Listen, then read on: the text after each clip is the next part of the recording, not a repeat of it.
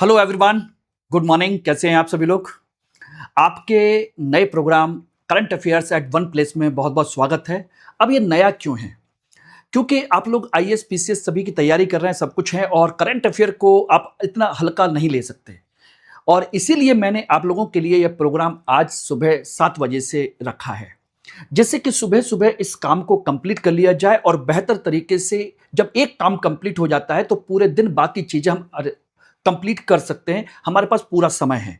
इसीलिए मैंने 25 अगस्त से ही अपना current affairs at one place program morning में आप लोगों के लिए लाना स्टार्ट कर दिया है।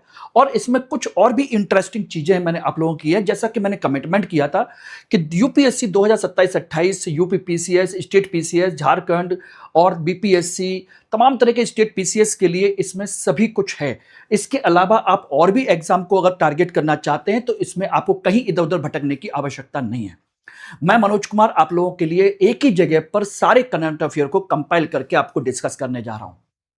तो मुझे उम्मीद है कि ये नया जो शिफ्टिंग है आप लोगों को अच्छी लगेगी और सुबह सुबह अपना एक टास्क कंप्लीट कर लेंगे और अपने लक्ष्य की ओर आगे बढ़ेंगे। तो चलिए आज के नए सेशन को शुरुआत करते हैं और मैं उम्मीद करता हूं कि ये प्रोग्राम आप लोगों को पसंद आएगा और इसमें कुछ मैंने चेंज किए हैं तो वो भी शायद हो सकता है कि कुछ अच्छा लगे। ओके, चलिए, थैंक यू वेरी मच। तो आज हम लोग जो टॉपिक डिस्कस करेंगे वो लगभग मान के चलिए तो GS paper 1, GS paper 2, GS paper 3 इन सभी से रिलेटेड हैं। और इसमें कुछ एक और भी चीजें हैं वो मैं आपको बताऊंगा ही बताऊंगा, ध्यान रखिएगा।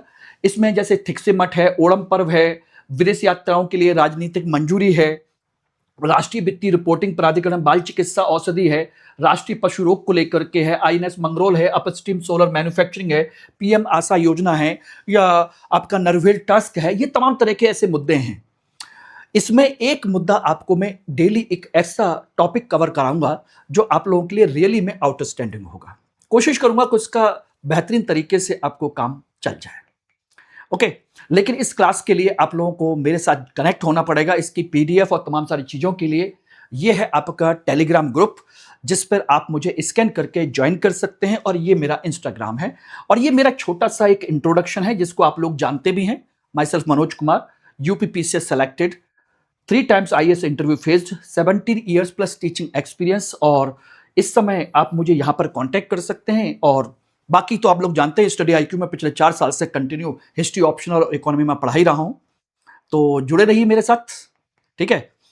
तो आज का सरप्राइजिंग सबसे पहला टॉपिक है आपका नीति आयोग की एक रिपोर्ट, जिसका नाम है री इमेजिनिंग स्किलिंग फॉर विकसित भारत 2047। और ये रिपोर्ट के बारे में मैंने आप लोगों को इस इंडेक्स में कहीं पर भी चर्चा नहीं किया। ये एक सरप्राइजिंग फैक्टर है आज के लिए।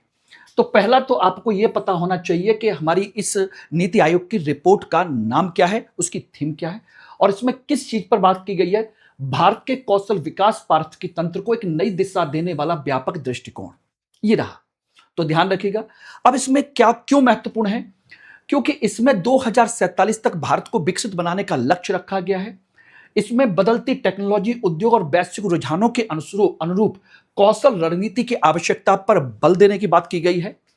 कौशल को शिक्षा, रोजगार, नवाचार, उद्यमता से जोड़ने पर बल दिया जा रहा है और समावेशी, लचीला भविष्य तैयार करने वाला एक कार्यबल पर फोकस किया जा रहा है कि भाई भविष्य के लिए एक नया टास्क फोर्स, हमारा एक तरीके से नया जो वर्क फोर्स है वो तैयार हो सके। इसलिए इसमें दूसरी जो चीज है वो है प्रमुख की हाइलाइट्स क्या क्या है। देखिए, इसमें जो बात कही गई है उसको ध्यान रखिएगा कि हमारे पास कौशल का विकास की आवश्यकता है, विशाल आवश्यकता है।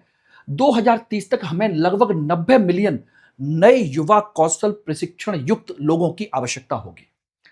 दूसरा, इसमें एक चीज और बताई गई कि रोजगार परिदृश्य में बदलाव आ रहा है।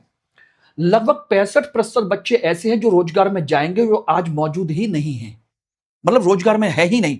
65% बच्चे आएंगे, जो नई जनरेशन आएगी जिसे हम जन अल्फा भी कह सकते हैं, उसमें से।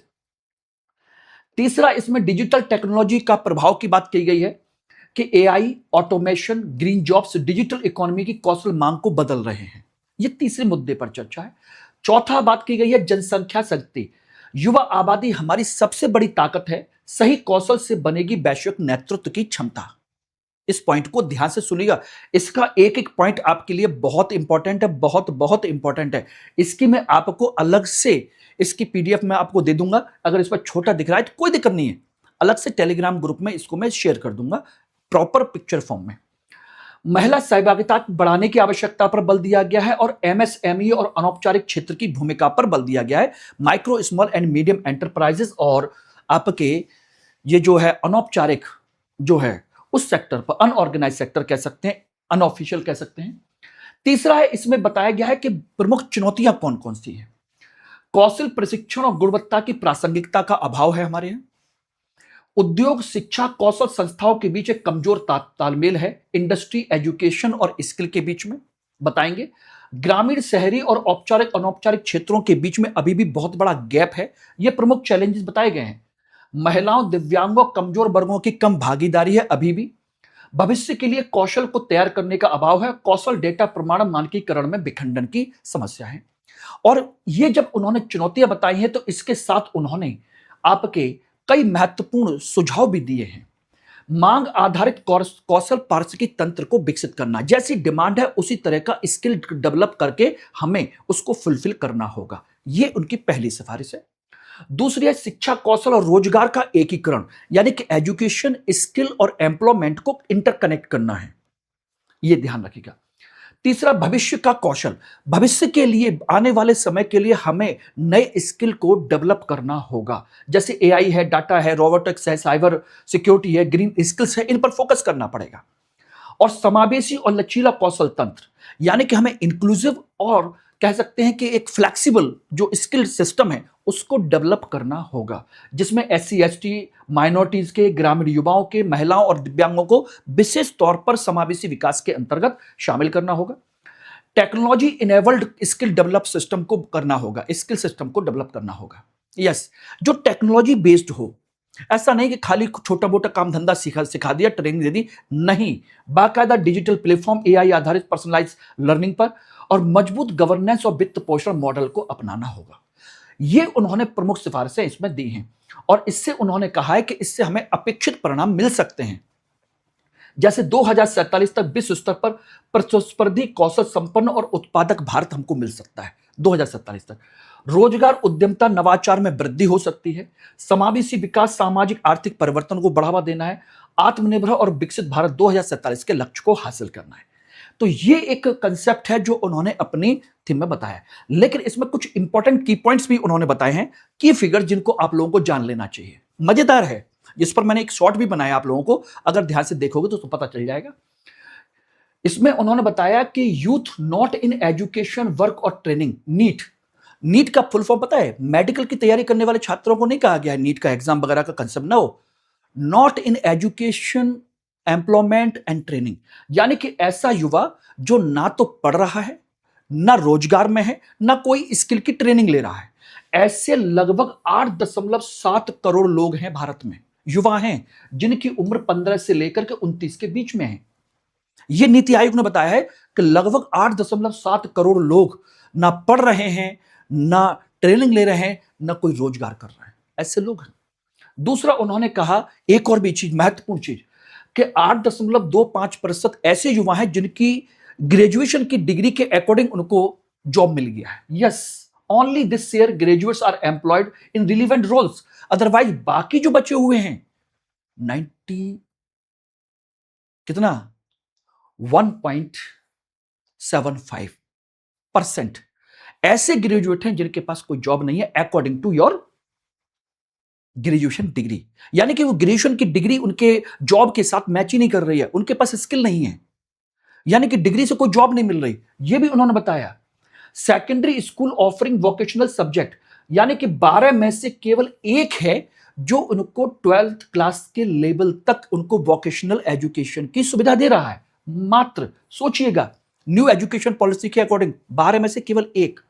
दूसरा, proposed skill training in school education, 6 से लेकर 12 तक के क्लास के बच्चों के लिए इन्होंने कहा है कि हमें यहां पर क्या देना पड़ेगा, स्किल की ट्रेनिंग देनी चाहिए बजाय ग्रेजुएशन के बाद के। ये रहा, जिसमें क्लास 6 ये सब दे रखा है। और पीपल ट्रेंड सिंस 2014-15, यानी कि अब तक हमने स्किल ट्रेनिंग के अंतर्गत 2014-15 से लगभग 7.67 करोड़ लोगों को ट्रेनिंग दे चुके हैं और इस पर लगभग 34,000 करोड़ रुपए हमारे खर्च हो चुके हैं skill related expenditure union budget 2025-26 में। ये रहा, ये उन्होंने अलोकेट किया है। ये इंपॉर्टेंट कीज हैं जो नीति आयोग ने हमको बताई है। अब बताइए, विकसित भारत की रिपोर्ट के संदर्भ में आपको चीजें क्लियर हुई कि नहीं? Everybody tell me. अब यहां पर एक बहुत बेहतरीन आपके लिए एक कॉन्सेप्ट है जिसको आपको समझना होगा और समझ करके आंसर दीजिएगा। यह है आपका क्वेश्चन मीन्स के लिए कि भारत का वास्तविक जनांकीय लाभांश उसकी युवा आबादी की संख्या में नहीं बल्कि उस आबादी की क्षमता को उत्पादक मानव पूंजी में बदलने की क्षमता में निहित है। नीति आयोग की वर्तमान रिपोर्ट के आधार पर कथन की समीक्षा कीजिए। यस, अब यह आपका मेंस का क्वेश्चन है कि वास्तविक जनांकीय लाभांश उसकी संख्या में नहीं है बल्कि संख्या को उत्पादक मानव पूंजी में बदलने में निहित है, यानी कि उसको यूजफुल बनाने में है। अब बताइए दूसरा क्वेश्चन प्री के लिए, नीति आयोग की री इमेजिनिंग स्किल फॉर विकसित भारत 2027 रिपोर्ट के संदर्भ में निम्न में से कौन सा या से उद्देश्य उसके अनुरूप हैं? कौशल विकास को उद्योग की मांग से जोड़ना, भविष्य की तकनीकों के अनुरूप कौशल को विकसित करना, आजीवन सीखने की व्यवस्था को बढ़ावा देना, कौशल विकास को केवल औपचारिक क्षेत्र के श्रमिकों तक सीमित करना। बताइए आंसर, कमेंट सेक्शन में आंसर जरूर दीजिएगा। ओके, चलिए अब हम बात करते हैं अपने करंट के टॉपिक पर जो हम लोग डेली बेसिस पर कवर करते हैं, उनको आप पढ़ लीजिएगा। कैसा रहा आज का सेशन? एक क्वेश्चन मेंस के पॉइंट ऑफ व्यू से, बाकी प्री और मेंस दोनों के लिए मैं डिस्कस करूंगा और उसमें इंपॉर्टेंट तरीके से मैं आपको बताता हूं जिसमें आप लोगों को ध्यान देना चाहिए कि कोई भी टॉपिक क्यों चर्चा में है, क्या उसका बैकग्राउंड है और इंपॉर्टेंट की पॉइंट्स क्या क्या है। चलिए स्टार्ट करते हैं। सबसे पहला है थिक्से मोनास्ट्री, थिक्से मठ। यह क्या है, चर्चा में क्यों आया? एक्चुअल में अमेरिकी राजदूत ने लद्दाख के ऐतिहासिक थिक्से मठ का दौरा किया। यह भारत के सीमावर्ती क्षेत्रों में शांति और स्थिरता के कूटनीतिक समर्थन को दर्शाता है। एक्चुअल प्लान तो यह था कि वो दलाई लामा से मिले और लेकिन चाइना और तमाम तरह के दबाव की वजह से वो बिना दलाई लामा से मिले वापस लौट आए और यहीं से घूम करके वापस चले गए। अब ये मठ है कहां? ये लेह में सिंधु नदी घाटी के पास स्थित 12 मंजिला मठ है। 12 मंजिल हैं टोटल मिलाकर के। यह तिब्बती बौद्ध धर्म के गेलूक संप्रदाय से जुड़ा हुआ है, ध्यान रखिएगा। येलो हैट स्कूल कहलाता है। इसकी वास्तुकला तिब्बत के पोटाला पैलेस से प्रेरित है। यह इंपॉर्टेंट है, ध्यान रखना। ये चारों में से कोई भी चीज आपसे एग्जाम में पूछी जा सकती है कि कौन से कथन सही है कौन से नहीं है। और इसे 1433 में सेराब जांगपो द्वारा स्थापित किया गया था। यह भारत की अपनी संस्कृति है, यह ध्यान रखना। अब आते हैं तिब्बती बौद्ध धर्म और मठ की वास्तुकला। जो मैंने आपको बताया, गेलुक संप्रदाय 14वीं सदी में जे संखापा द्वारा स्थापित दलाई लामा इसी से जुड़े हुए हैं। उन्होंने 14वीं सदी में स्थापित किया था और जो वर्तमान दलाई लामा इसी गेलुक संप्रदाय से जुड़े हुए हैं। सीढ़ीदार निर्माण, यह पहाड़ी चोटी पर सुरक्षा घाटी के दृश्य के लिए डिजाइन किया गया है। सीढ़ीदार मैत्री बुद्ध मठ में 15 मीटर ऊंची भविष्य के बुद्ध की विशाल मूर्ति लगी हुई है। मैत्री यानी कि जो भविष्य में आएंगे। और चाम नृत्य, भिक्षुओं द्वारा बुराई पर धर्म की जीत को दर्शाने के लिए पवित्र मुखौटा नृत्य किया जाता है, जैसे चाम नृत्य कहते हैं। ये रहे। एक्चुअल में टोटल मिलाकर के इनके 4 प्रमुख समुदाय हैं। गेलुग है, नियंग्यामा है, काग्यू है और शाक्य है, शाक्य कुल के, जिसके महात्मा बुद्ध थे। ये आपके समुदाय हैं। तो ये टॉपिक क्लियर हो गया। इसका एक भी पॉइंट ऐसा नहीं है बेटा जो आप लोगों को नोट ना करना हो। मुझसे मत कहना सर आपने बताया नहीं, तो एक एक पॉइंट को नोट कर लीजिएगा। दूसरा है आपका ओणम पर्व और उसका सांस्कृतिक विरासत। केरल में पारंपरिक फसल उत्सव ओणम की शुरुआत हो गई है, जिसमें मिट्टी की पारंपरिक मूर्तियों जिसे ओड़थप्पन की स्थापना की जाती है, इस तरह की। और पारंपरिक मूर्तियां मतलब एक त्रिकोण के आकार की होती है, ऊपर विमान की तरह, शिखर की तरह, जैसी ये रही।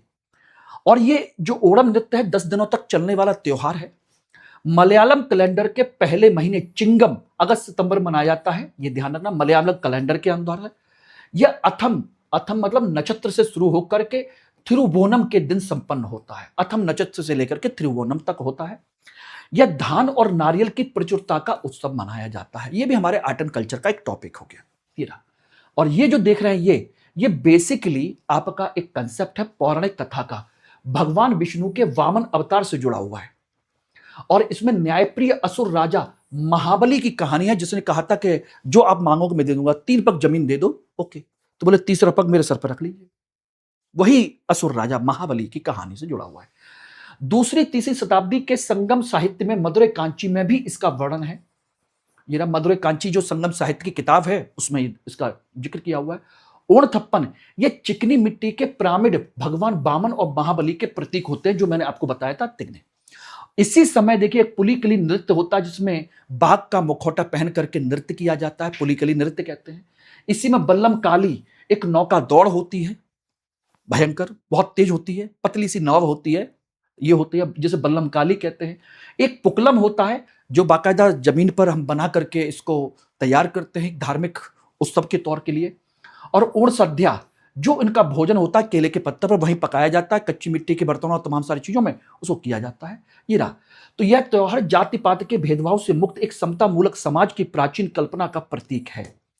ओणम केवल कृषि उत्सव नहीं है, बल्कि केरल की अमूर्त सांस्कृतिक विरासत का दूसरा सबसे मजबूत स्तंभ भी है। ध्यान रखना, इंटेंजिबल कल्चरल हेरिटेज, ये ध्यान रखिएगा। ओके, क्लियर हो गया। चलिए अगला है विदेश यात्राओं के लिए राजनीतिक मंजूरी का उद्देश्य। अभी हाल ही में बड़ा चर्चा में रहा कि भाई एक राजनेता या कोई अन्य अधिकारी विदेश यात्रा पर जाने के लिए किसकी मंजूरी की आवश्यकता होती है। मुख्यमंत्रियों और राज्य के मंत्रियों की विदेश यात्राओं के लिए विदेश मंत्रालय द्वारा मंजूरी देने में देरी से केंद्र राज्य विवाद बढ़ा है। अभी ये रहा, एक्चुअली में आपके जो तेलंगाना के जो आपके मुख्यमंत्री हैं, उनको विदेश जाना था, चाहे आपके व्यक्तिगत तौर पर या शासकीय तौर पर, कैसे भी, तो कंडीशन यह है कि उनको विदेश मंत्रालय से मंजूरी लेनी होती है, उसमें देरी की जाती है। इसको लेकर के बड़ा विवाद खड़ा हो जाता है कभी कभी। सरकारी अधिकारियों को विदेश यात्रा से पहले कैबिनेट सचिवालय के नियमों का पालन करना होता है। अगर आप व्यक्तिगत और आधिकारिक यात्रा, दोनों यात्राओं के लिए भी मंजूरी की अनिवार्यता है। राज्य सरकारें अब विदेशी निवेश के लिए सीधे कूटनीति कर रही हैं, इसलिए उनको विदेश जाना होता है कि भाई आप हमारे यहां आइए। लेकिन जब यात्रा नहीं कर पाते तो कहीं ना कहीं विवाद खड़ा होता है। तो चीफ मिनिस्टर पहले मिनिस्ट्री ऑफ एक्सटर्नल अफेयर्स के पॉलिटिकल क्लियरेंस के लिए पास मंजूरी देता है, फिर ministry of home affairs FCRA clearance देता है फॉरेन कंट्रीब्यूशन रेगुलेशन एक्ट के थ्रू, जिस पर मैं ऑलरेडी चर्चा कर चुका हूं, मेरी क्लास में देखिएगा। और फिर ये है आपका डीईए, डिपार्टमेंट वाला फाइनेंशियल क्लियरेंस, उसके बाद मंजूरी होती है, तब जाकर के ये जा पाते हैं, अदरवाइज नहीं जा पाते। तो बहुत सारे विवाद खड़े होते हैं, इसलिए चर्चा में ये आया था। अब की पॉइंट क्या है, संवैधानिक प्रावधान क्या है, इसके लिए क्या मंजूरी की आवश्यकता है? सच में मंजूरी की आवश्यकता है दोस्तों। 7वीं अनुसूची जो है, विदेशी मामलों को पूरी तरीके से संघ सूची का विषय बना दिया गया है, संघ सूची का विषय है। अब कंडीशन यह होती है कि अनुच्छेद 73 के तहत विदेशी नीति केंद्र का एकाधिकार है। विदेशी मामले जो है संघ सूची का विषय है, इसलिए विदेश नीति पर केंद्र सरकार का एकाधिकार है। 4 मुख्य मंजूरियों की आवश्यकता होती है। अगर कोई राजनीतिक मामला है, ministry of external affairs, FCRA का मामला है, foreign contribution regulation act, ministry of home affairs गृह मंत्रालय, एक वित्तीय मामला है, डिपार्टमेंट वाला, फाइनेंशियल वाला, एजुकेशन वाला, सारी चीजों को, और सूचना कैबिनेट सचिवालय को। ये आपको 4 जगह से मंजूरी की आवश्यकता पड़ती है, तब जाकर के आप जा पाएंगे, अन्यथा नहीं। यही एक वजह है कि क्या क्या है, सीएम और मिनिस्टर्स को इन तीनों चारों जगह से मंजूरी की आवश्यकता होती है। एमपी जाते हैं तो स्पीकर और चेयरमैन से मंजूरी ले लीजिए बस, और जजेस जाते हैं तो केवल चीफ जस्टिस से ऑफिशियल विजिट के लिए तब जाते हैं, तो नहीं तो ऐसे भी जा सकते हैं। तो सोचिए इन लोगों के लिए कितनी समस्या है। राज्य की शक्तियां केंद्र विदेश नीति और संप्रभु हितों के खिलाफ नहीं हो सकती, ये रही। यह संवैधानिक दृष्टिकोण है कि राज्य की शक्तियां केंद्र की विदेश नीति और संप्रभु हितों के खिलाफ नहीं हो सकती। इसमें क्या है, पैरा डिप्लोमेसी राज्यों के विकास के लिए अच्छी है, लेकिन इसे हमेशा राष्ट्रीय विदेश नीति के अधीन रहना होगा। आप ठीक है विदेशी निवेश लेने जा रहे हो, सब कुछ करने जा रहे हो, लेकिन देश के हित से बड़ा कुछ भी नहीं है। देश की विदेश नीति के अधीन ही रह करके आपको काम करना होगा, इसीलिए यह संवैधानिक प्रावधान है। यह ध्यान रखना, बहुत इंपॉर्टेंट टॉपिक है, ये बहुत इंपॉर्टेंट, समझ लीजिए सारी चीजें। इनमें से एक भी पॉइंट आपका ऐसा नहीं है जो यूजफुल ना हो। ये आईआर में भी पूछा जा सकता है, पॉलिटी गवर्नेंस में भी पूछा जा सकता है। अब एक टॉपिक है आपका राष्ट्रीय वित्तीय रिपोर्टिंग प्राधिकरण।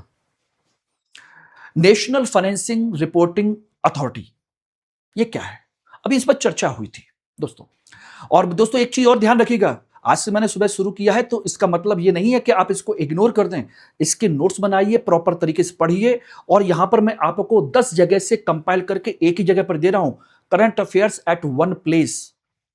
इसका उद्देश्य सिर्फ एक ही है, आपको 10 जगह भटकना ना पड़े, सिर्फ एक ही जगह से क्लास करें।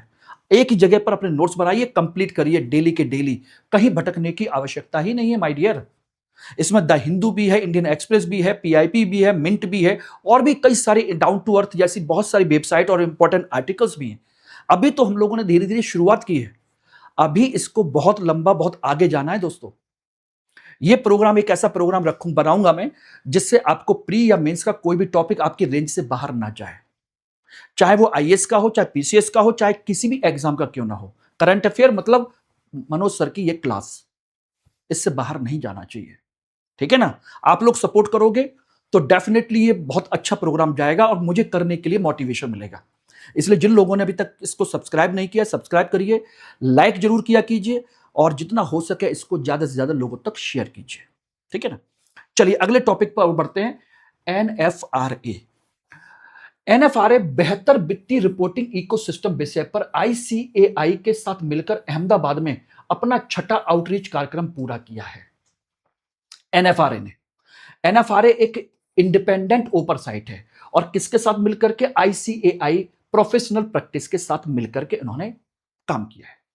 क्या है? देखिए बेसिकली क्या है ये एनएफआरए, जो है एक स्वतंत्र वैधानिक निकाय है, स्टैट्यूटरी रेगुलेटरी अथॉरिटी है।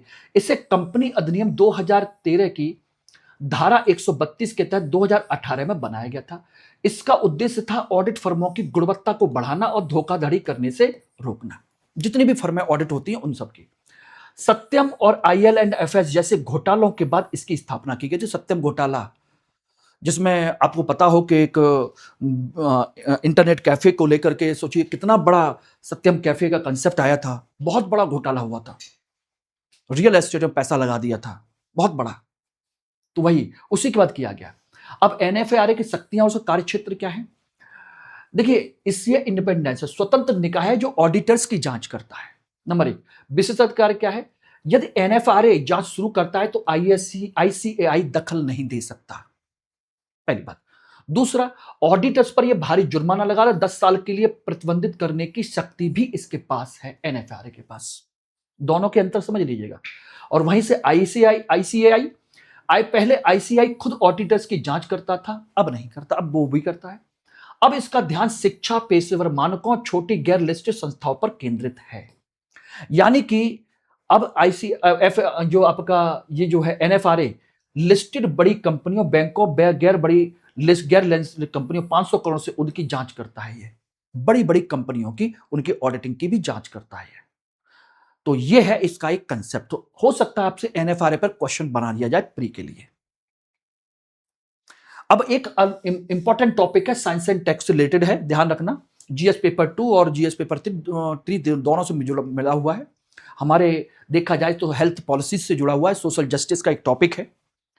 बाल चिकित्सा यौन आपकी औषधि सुरक्षा को लेकर के स्वास्थ्य मंत्रालय ने 4 साल से कम उम्र के बच्चों के लिए क्लोरफेनामाइन और फेनिलिफ्रीन के मिश्रण वाली दवाओं पर प्रतिबंध लगा दिया है कि इन दोनों दवाओं का मिश्रण सर्दी खांसी के लिए बच्चों को अब नहीं दिया जाना चाहिए। 4 साल से कम उम्र के बच्चों को बिल्कुल टोटली बैन कर दिया है। ड्रग्स एंड कॉस्मेटिक एक्ट 1940 की धारा 26A के तहत रोक लगाई गई है। ये नोट कर लीजिएगा, ड्रग्स एंड कॉस्मेटिक एक्ट कब का है। ये छोटी छोटी हो सकता है 48 कर दिया जाए, 1980 कर दिया जाए और स्टेटमेंट डाल दिया जाए और आपको क्वेश्चन गलत हो जाए। यह निर्णय ड्रग्स तकनीकी सलाहकार बोर्ड की सिफारिश पर लिया गया। दवा कंपनियों को पैकेजिंग पर स्पष्ट चेतावनी 4 साल के उम्र के बच्चों के लिए नहीं लिखनी होगी। ऐसा क्यों है? ये रही, पूरा बैन कर दिया गया छोटे बच्चों के लिए। एक्चुअल में एफडीसी क्या है? जब 2 या 2 से अधिक दवाओं को एक ही गोली या सिरप में मिलाया जाता है तो फिक्स डोज कॉम्बिनेशन कहते हैं एफडीसी। वैज्ञानिक बिना आधार के कॉकटेल बनाना, जिससे साइड इफेक्ट का खतरा बढ़ जाता है। ये रहा कि भाई बिना मतलब के आप 2 चीजों को क्यों मिला रहे हैं, अननेसेसरी, हो सकता है उसका साइड इफेक्ट बढ़ जाए। बच्चों के लिए खतरनाक क्यों? छोटे बच्चों का लिवर और किडनी दोनों दवाओं की जल्दी शरीर से बाहर नहीं निकाल पाते, उनके दोनों कमजोर होते हैं, वो निकाल नहीं पाते, इसलिए उन पर और ज्यादा असर करने का डर है कि लिवर और किडनी फेल हो सकती है। यूएस एफडीए जैसे अंतरराष्ट्रीय निकाय भी बच्चों के लिए इन सिरपों को सुरक्षित नहीं मानते, दैट्स वाई इसको मना कर दिया गया है, ये ध्यान रखना। ओके, अब एक टॉपिक और आपका इंपॉर्टेंट है, राष्ट्रीय पशु नियंत्रण कार्यक्रम। अब ये बताइए आप लोगों को ये क्लास कैसी लग रही है? सुबह देखने में अच्छा लग रहा है कि नहीं लग रहा है? अगर अच्छा नहीं लग रहा तो ठीक है भाई, बंद कर दिया जाएगा। अगर अच्छा लग रहा है तो बताइएगा कैसा लग रहा है, अच्छा लग रहा है कि नहीं लग रहा है, नहीं तो फिर शाम को तो कर ही दिया जाएगा। वैसे मेरे हिसाब से तो सुबह सुबह ज्यादा बेटर है, सुबह कर लीजिए, दिन भर का काम खत्म। कमेंट सेक्शन में बताना जरूर, ओके। और टॉपिक कैसे हैं ये भी बताना। राष्ट्रीय पशु रोग नियंत्रण कार्यक्रम, और इनमें मैंने एक भी पॉइंट ऐसा नहीं दिया जिसके नोट्स ना आपको बनाने हो, ध्यान रखना, एक भी पॉइंट ऐसा नहीं है। राष्ट्रीय पशु रोग नियंत्रण कार्यक्रम भारत में खुरपका मुंहपका रोग, जिसे हम कहते हैं एफएमडी, के प्रकोप में भारी कमी आई है। 2019 में 132 मामले से घटकर के 40 रह गए।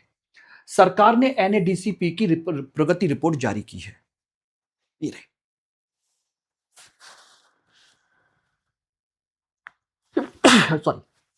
2025 तक एफएमडी को नियंत्रित करना, 2030 तक पूरी तरह खत्म करने का लक्ष्य रखा गया था इसका, तो काफी हद तक कंट्रोल तो कर लिया 2026 में। भारतीय पशुधन पोर्टल में 39 करोड़ से ज्यादा पशुओं का डिजिटल रजिस्ट्रेशन किया गया। पशुओं को 12 अंकों का विशिष्ट पशु आधार टैग दिया जा रहा है, और यह 100% केंद्रीय क्षेत्र की योजना है। ये रहा, एक टैग दे दिया जाता है, इससे उनकी पूरी की पूरी जानकारी बनी रहती है कि उनको क्या समस्या है क्या नहीं है। एफएमडी, ब्रूसोलिसिस और दीवा सिद्धांत, ये है क्या? देखिए, एफएमडी तो है खुरपका मुंहपका रोग, पैरों में और मुंह में इंफेक्शन हो जाता है जानवरों के, और डेडली कॉम्बिनेशन बन जाता है कभी कभी अगर सही तरह अपना हो। तो ये आरएनए वायरस से होने वाली एक बीमारी है जिसकी वजह से दूध उत्पादन में 80% की गिरावट आती है। एक होता है ब्रूसोलोसिस, ये बैक्टीरियल बीमारी है और ये पशुओं से इंसानों में फैल सकती है, जूनोटिक है, ये ध्यान रखना। तीसरा, दीवा सिद्धांत, यह जांचने की तकनीक है कि पशु में एंटीबॉडी प्राकृतिक संक्रमण से बने हैं या वैक्सीन से बने हैं, तो ये इसका कंसेप्ट है। तो वैक्सीनेशन होता है antibodies from the structural protein, दीवा प्रिंसिपल्स के माध्यम से, और infected animal antibodies from the non structural point of view से। तो दोनों से पता चल जाते हैं कि भाई वैक्सीन से इसके अंदर एंटीबॉडीज बने हैं या आपके इन्फेक्शन के होने की वजह से। यह दीवा प्रैक्टिस का सिद्धांत होता है। तो क्वेश्चन पूछ लिया जा सकता है, दीवा सिद्धांत का संबंध किससे है? यस, ये हो सकता है। ब्रूसोलिसिस बीमारी कैसी है, किसको होती है, किस प्रकार की बीमारी है? एफएमडी किसे कहते हैं? इनमें से कोई भी चीज पूछी जा सकती है। फुट एंड माउथ डिजीज कहते हैं इसको, FMD, foot and mouth disease, ध्यान रखिएगा, ओके, ध्यान रखना। अब एक इंपॉर्टेंट टॉपिक आपका और आता है जिसे हम जीएस3 डिफेंस टेक्नोलॉजी में देख सकते हैं, आईएनएस मांगरोल, ये रहा, और नौसेना की सुरक्षा। अभी कोचीन शिपयार्ड ने भारतीय नौसेना के माहे क्लास का तीसरा एंटी सबमरीन युद्धपोत आईएनएस मंगरोल सौंप दिया है। ये रहा, एंटी सबमरीन, यानी कि समुद्र के अंदर सबमरीन को नष्ट करने वाला, उनको रोकने वाला माहे क्लास का तीसरा उन्होंने सौंप दिया है। इसमें 80% से अधिक स्वदेशी सामग्री लगी है, इसलिए इसको इंडिजिनस कहते हैं। यह उथले पानी में छिपी पनडुब्बियों को खोजने और नष्ट करने के लिए बना हुआ है, और इसका नाम गुजरात के ऐतिहासिक तटीय शहर मंगरोल के नाम पर रखा गया है।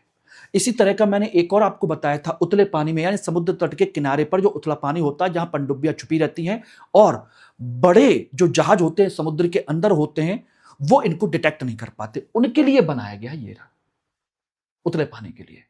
देखेंगे तो जैसे ये उतला पानी है तो आराम से, वो डीप वाला तो ये कर सकता है, लेकिन जो उतला पानी है, सैलो वाटर, यहां पर ये पनडुब्बी छुपी हुई है, उसको कैसे आप छुपाओगे? तो यही है कंसेप्ट। तट के पास उतले पानी में बड़े जहाज के सोना ठीक से काम नहीं करते। अब इसीलिए क्या होता है, एंटी सबमरीन जो आपका ये जो है सैलो वाटर वाला ड्राफ्ट 3 मीटर का होता है, जिससे तटीय इलाकों में आसानी से गश्त कर सकता है। ये रहा, वाटर जेट प्रोपल्सन होता है सिस्टम, जहाज को तेज गति से तेज मोड़ लेने में सक्षम होता है वाटर जेट प्रोपल्सन। और स्वदेशी हल्के टारपीडो और एंटी सबमरीन रॉकेट से लैस होता है ये रहा। अब आपको बताना है कि इससे पहले वाला मैंने आपको कौन सा बताया था, उसमें भी बताया था इसी तरह का इमेज दिखाकर के मैंने आपको बताया था कि कौन सा था वो। ध्यान रखना, मेरी करंट क्लास में सब टॉपिक मिल जाएंगे, सारे topic. Okay, upstream mobile solar manufacturing का concept, polysilicon ecosystem, GS paper 3 नवीकरण ऊर्जा औद्योगिक नीति से जुड़ा हुआ। अब चर्चा में क्यों आया? अभी हाल ही में भारत सरकार ने सोलर पैनल बनाने के लिए आवश्यक पॉलीसिलिकॉन और वेफर के निर्माण के लिए नई पूंजीगत सब्सिडी की योजना बना रही है। मतलब पॉलिसी बन रही है कि क्यों ना पॉलीसिलिकॉन और वेफर के लिए हम सब्सिडी दी जाए, जिससे कि हमारे यहां सोलर पैनल खुद बन सके, बाहर से हमें मटेरियल का इंपोर्ट ना करना पड़े।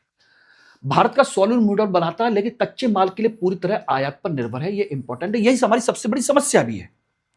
यस, दुनिया के 75 से 80% पॉलीसिलिकॉन चीन में बनता है, चाइना से। पूरे वर्ल्ड को सप्लाई करता है अकेला चाइना। 2030 तक 500 गीगावाट की गैर जीवाश्म ईंधन का लक्ष्य हासिल करने के लिए हमें सप्लाई चेन को सुरक्षित करना जरूरी है। तो सोचिए, पॉलीसिलिकॉन होता है जिससे इंगोट बनता है, इंगोट्स के साथ में फिर वेफर बनते हैं, फिर उसके बाद सोलर सेल बनाए जाते हैं, फिर सोलर मॉड्यूल बना करके फिर हमारी छतों पर या कहीं पर भी इनको लगाया जाता है। तो उसके माध्यम से बनाया जाता है ये रहा। और ये एक कंसेप्ट है, हमारे पास ये नहीं है। हम ये तो कर लेते हैं लेकिन ये कंसेप्ट हमारे पास नहीं है। तो भारत सरकार अब इसी पर फोकस कर रही है कि हम इन सारी चीजों को डेवलप करें। इंडिजनाइजेशन अच्छा टॉपिक है, अच्छी चीजें हैं जो हमको करनी चाहिए ऊर्जा सुरक्षा के लिए। भारत सरकार के द्वारा किए जा रहे प्रयासों को बताइए, एक एग्जाम्पल डाल देना बस। ऐसे एग्जाम्पल डालिए जो जनरली किसी के दिमाग में नहीं आते, लेकिन तब डाल पाओगे दोस्तों जब आप उस पर प्रॉपर तरीके से ध्यान दिया हो या आपको याद हो, अदरवाइज नहीं कर पाओगे।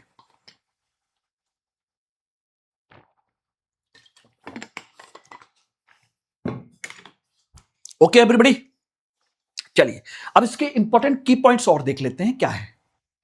देखिए, पॉलीसिलिकॉन जो है high purity solar grade silicone 99.99% तक शुद्ध होना चाहिए, पहली बात। 6N 9N ये रहा कंसेप्ट। ऊर्जा की भारी खपत, इसके निर्माण में सीमित प्रोसेस में बहुत अधिक बिजली लगती है। उत्पादन का लगभग 30 से 40% बिजली इसमें लग जाती है। पूंजीगत प्रधान, एक रिफाइनरी लगाने में 8 से 10 हजार करोड़ रुपए का निवेश होता है जहां पर इस पॉलीसिलिकॉन को बनाया जाता है। पर्यावरण प्रभाव, इसके बाय प्रोडक्ट सिलिकॉन टेराक्लोराइड जहरीले होते हैं जिससे सुरक्षित रिसाइकलिंग बहुत जरूरी होती है। लेकिन अगर ये ना हो तो सोचिए, क्रोमियम जैसा हमारे यहाँ उत्तर प्रदेश में एक बहुत बड़ा जल संकट खड़ा कर दे सकता है। क्रोमियम को जमीन के अंदर डंप कर दिया, पानी से रिस करके पानी के अंदर चला गया और आसपास के कानपुर और आसपास के 80-100 किलोमीटर की रेंज में पानी पीला आ रहा है, पीला और हरा, क्रोमियम बेस्ड, जिसने सोचिए कार्सिनोजेनिक कंसेप्ट को बढ़ा दिया है, कैंसर को बढ़ा दिया है। याद रखिएगा, तो इसलिए यह भी उतना ही इंपॉर्टेंट है। तो यह बात क्लियर हो गई कि नहीं हो गई? यह है आपका कंसेप्ट। चलिए अब अगला है पीएम आशा योजना, बहुत इंपॉर्टेंट टॉपिक है पीएम आशा योजना। केंद्रीय कैबिनेट ने 35,000 करोड़ रुपए के बजट के साथ मूल्य समर्थन योजना और मूल्य स्थिरीकरण कोष पीएसएफ को पीएम आशा योजना के तहत मिला दिया है। यानी कि पीएसएस और पीएसएफ इन दोनों को मर्ज करके मिला दिया है पीएम आशा में। देखिए, पीएसएस क्या है? मूल्य समर्थन स्कीम, सोच लेना आपका, और मूल्य स्थिरीकरण कोष आपका ये रहा पीएसएफ। इन दोनों को पीएम आशा में, यह है पीएम आशा। एक तरफ है MSP protection, MSP minimum support price, और एक है कंज्यूमर प्रोटेक्शन जिसके थ्रू प्राइस को स्थिर किया जाता है। इन दोनों चीजों को साथ में कनेक्ट किया गया पीएम आशा में, पीएम आशा योजना। अब इसका उद्देश्य क्या है? किसानों को न्यूनतम समर्थन मूल्य दिलाना और उपभोक्ताओं को महंगाई कम करना, दोनों का कंसेप्ट है इसके अंतर्गत। भाई अब कैसे होगा? किसानों को भी अच्छी कीमत मिल जाए, उपभोक्ता को भी कीमत बढ़ी हुई ना देनी पड़े, दोनों का संतुलन बना रहे, इसलिए दोनों का फंड इसमें इकट्ठा किया गया है। इसमें कौन कौन सी चीजें हैं? दालें हैं, तूर दाल, उड़द दाल, मसूर की दाल पर 100% सरकारी खरीद को मंजूरी दी गई है। 100% सरकार खरीदेगी इसको, दालों को। और किसानों का सीधा पंजीकरण ई समृद्धि पोर्टल के माध्यम से किया जाएगा। सरकार खरीदेगी, आराम से इनको बेचेगी, ज्यादा कीमत में खरीद करके एक न्यूनतम समर्थन मूल्य के साथ आम आदमी को, आम उपभोक्ता को एक मिनिमम प्राइस पर बेच देना, दालों का ये कंसेप्ट है। अब इसमें 4 स्तंभ है पीएम आशा के तहत। पहला पीएसएस, प्राइस सपोर्ट सिस्टम। इसमें दाल और तिलहन की भौतिक खरीद शामिल है, सरकार खरीदेगी सीधे। पीडीपीएस, मूल्य न्यूनता भुगतान, जो डिस्ट्रीब्यूशन सिस्टम है, सरकार फसल नहीं खरीदती, बल्कि बाजार और एमएसपी के अंतर का पैसा सीधे खाते में देती है। ये रहा पीडीपीएस, प्राइस डिस्ट्रीब्यूशन जो कंसेप्ट है। इसमें क्या है कि भाई किसान की लागत क्या है, एमएसपी क्या है? 4,000। बाजार में बिकता कितना है? बोले 3700 रुपए। तो ठीक है, हम 300 रुपए आपको दे देंगे, आप बाजार में बेच दीजिए और हम आपको 300 रुपए पर क्विंटल का आपको पे कर देंगे। तो यानी दोनों के बीच का अंतर भी देती है, बाजार और एमएसपी। एमएसपी 37, वो 4,000 है, बाजार में 3700, 300 रुपए पर क्विंटल का सरकार दे देगी आपको पेमेंट।